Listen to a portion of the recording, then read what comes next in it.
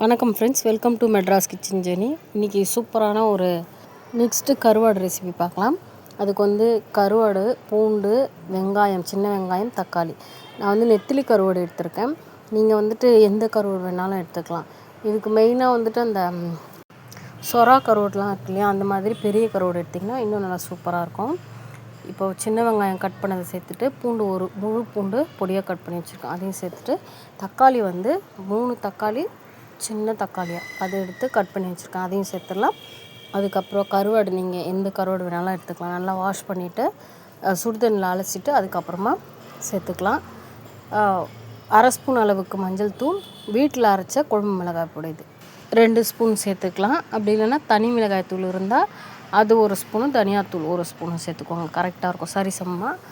உப்பு கொஞ்சம் தேவையான அளவுக்கு 1/2 ஸ்பூன் அளவுக்கு சேர்த்துட்டு, கருவேப்பிலை நல்லா வாஷ் பண்ணி வச்சுருக்கோம், அதையும் சேர்த்துடலாம். சேர்த்துட்டு இது நல்லா நம்ம கைகளாலேயே நல்லா மிக்ஸ் பண்ணிக்கணும். கையை வாஷ் பண்ணிட்டு மிக்ஸ் பண்ணோம்னா வேலை முடிஞ்சிச்சு. இப்போ நல்லா மிக்ஸ் பண்ணிவிட்டு இது 1/2 அன் ஹவர்லேருந்து 45 நிமிஷம், 3/4 மணி நேரம் ஊறினா கூட நல்லா டேஸ்ட்டாக இருக்கும். 1/2 அன் ஹவர் ஊறினாலும் அதிகபட்சம் கரெக்டாக இருக்கும். இப்போ இதை நல்லா மிக்ஸ் பண்ணியாச்சு. இதை நல்லா கைகளாலேயே இந்த மாதிரி ப்ரெஸ் பண்ணி விட்டுடணும். இந்த மாதிரி ப்ரெஸ் பண்ணிவிட்டு தட்டு போட்டு மூடி வச்சிடலாம். இந்த மாதிரி ப்ரெஸ் பண்ணி வைக்கும்போது நம்மளுக்கு மசாலா நல்லா ஊறி டேஸ்ட்டாக கிடைக்கும். இப்போது நான் வச்சு 1/2 அன் ஹவர் ஆகுது.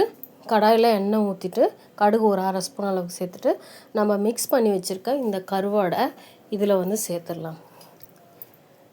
சேர்த்துட்டு இதை நல்லா நம்ம கலரி விடணும். கொஞ்சம் லைட்டாக வதங்கணும். அதுக்கப்புறமா என்ன பண்ணணும்னு சொல்கிறேன். இது சூப்பராக இருக்கும்.